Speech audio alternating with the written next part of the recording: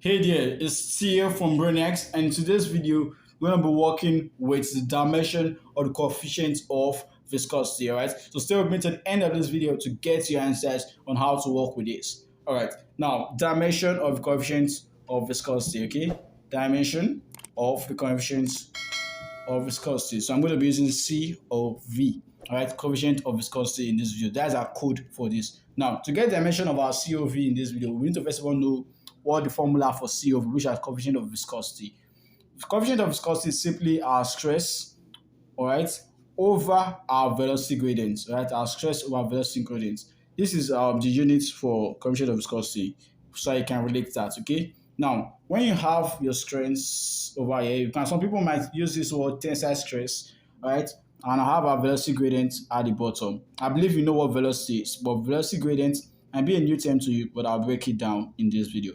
All right, now stress simply is our force over area. All right, so I'll be using our F to represent our force and our A to represent. All right, so we're going to break it down. Stress is simply force over area. All right, but we're going to be presenting our force with our F straight up and our area with our A straight up. All right, so this is simply for stress. All right, all over velocity gradients. When you have a gradient, you should know that there's a change. All right, there's always a change. Right, there's always an initial and there's always a final. So our velocity gradient is change in V over L, all right, which stands for our distance walked with there, okay? Change with V.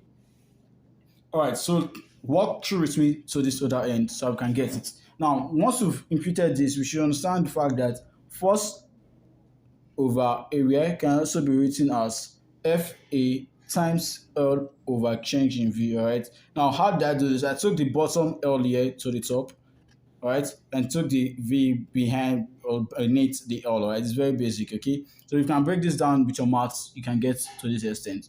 All right, now, to find coefficient of viscosity, dimension of coefficient of viscosity, we need to know the dimensional equivalent for force, and which we've got in our previous video. So if you've not watched that, do yourself a favor, get to our previous video and watch that video. So for force, we have MLT. I'm going to change the marker right now.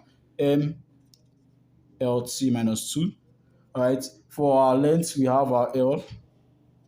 Area, we have our L square. All right, and our velocity, usual, we have LT minus 1. All right, now we're going to cancel out in a really unique pattern and make sure that we get the required units, okay? So we can take out our L from here, all right, and take it to the other end to continue the cancellation. All right, now walk with me to this end.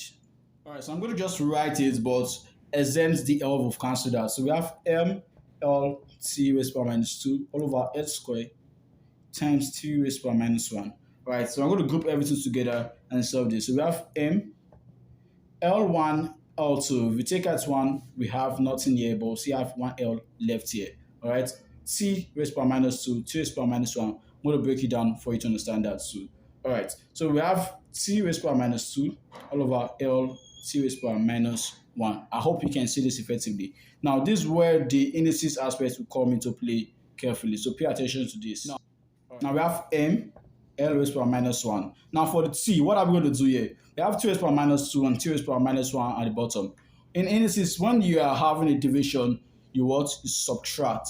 Right? Division leads to subtraction. Multiplication, all right, is the addition of indices. That's the index, the power, all right? So we have T raised to power minus 2 at the top, minus, open brackets, this at the bottom, minus 1.